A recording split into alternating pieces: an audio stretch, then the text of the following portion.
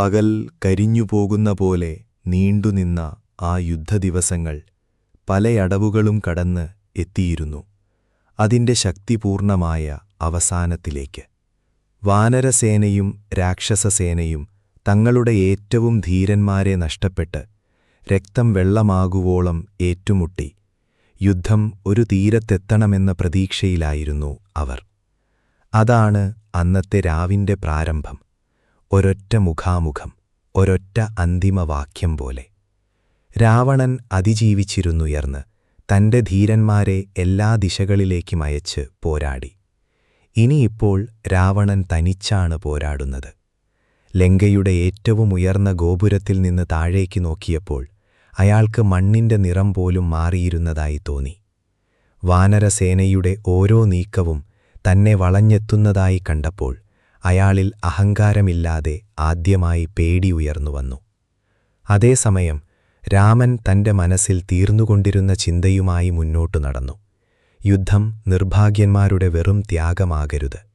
സീതയെ തിരികെ കിട്ടണമെന്ന ലക്ഷ്യത്തിൽ ആത്മാഭിമാനവും ധർമ്മവും ചേർത്ത് ഒരു പ്രതികരണമാണ് വേണ്ടത്. രാക്ഷസരാജാവായ രാവണനോട് നേരിട്ടു സംസാരിക്കണം. അതിനുള്ള സമയം ഇതാണെന്ന് രാമൻ തീരുമാനിച്ചു. അവൻ 2 വാക്കുകൾ മാത്രം ചോദിച്ചു. നീ എന്തിനാണ് ഇത്രയും നാശം തിരഞ്ഞെടുത്തത്?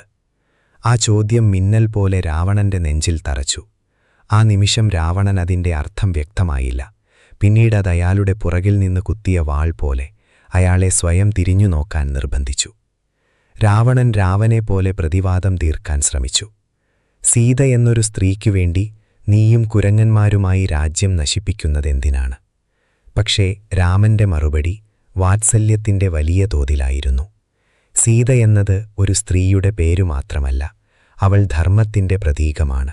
അവളെ തട്ടിക്കൊണ്ടുപോയത് സ്നേഹത്തെ, വിശ്വാസത്തെ, മര്യാദയെ തറപറ്റിച്ചതുപോലെ. അതിനൊരു ഉത്തരവാദിത്വം തീർക്കണമെന്നതായിരുന്നു എന്റെ പ്രേരണ. അപ്പോൾ ആ ലങ്കയുടെ നിഴൽ മാറുന്നതുപോലെ ഒരു നിമിഷം രാവണന്റെയും ദൃഷ്ടി മാറി.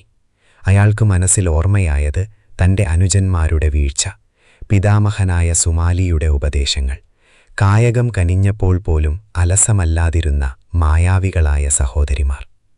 എന്തായാലും ഈ വഴിയുടെ അന്ത്യത്തിൽ നിന്നെ ഞാൻ തോൽപ്പിക്കേണ്ടതുണ്ടാകും എന്നതായിരുന്നു രാവണന്റെ അവസാന വാക്ക്. രാമൻ അതിനുത്തരവായി തലതാഴ്ത്തി. അതോ നീ നിന്നെ രക്ഷിക്കേണ്ടതായിരിക്കാം. അങ്ങനെ മഹായുദ്ധത്തിനു മുമ്പുള്ള ആ സംവാദം തീർന്നു. അതൊരു വാക്കുകളുടെ യുദ്ധമായിരുന്നില്ല, അതൊരു ദൃശ്യപരമായ ആന്തരിക പോരാട്ടമായിരുന്നു. അതിൻ്റെ നാൾവഴികളിലുള്ള ചിന്തകളാണ് പിൽക്കാലങ്ങളിൽ തത്വചിന്തകളായി വളരുന്നത്. അവർ ഒരേ നിലയിലായിരുന്നില്ലെങ്കിലും ആ രാത്രിയിൽ അതിജീവനം കൊണ്ടുള്ള മൗനം അവരുടെ ഇടയിൽ ഒരുമിച്ചു. ഒരാൾ നീതിയിലായിരുന്നു, മറ്റൊരാൾ അതിൻ്റെ അകത്ത് ശരണം തേടിയവനായിരുന്നു. എന്നാൽ ഇരുവരും അന്ത്യത്തിൻ്റെയും സത്യത്തിൻ്റെയും അതേ വാതിലിൻ്റെ മുന്നിൽ നിൽക്കുകയായിരുന്നു. തകർച്ചയുടെ കവാടത്തിൽ അവർ ഒരേപോലെ മനുഷ്യരാണ്. നിലകൊള്ളാൻ ധൈര്യവും വീഴാൻ മാനവികതയുമുള്ളവരാണ്.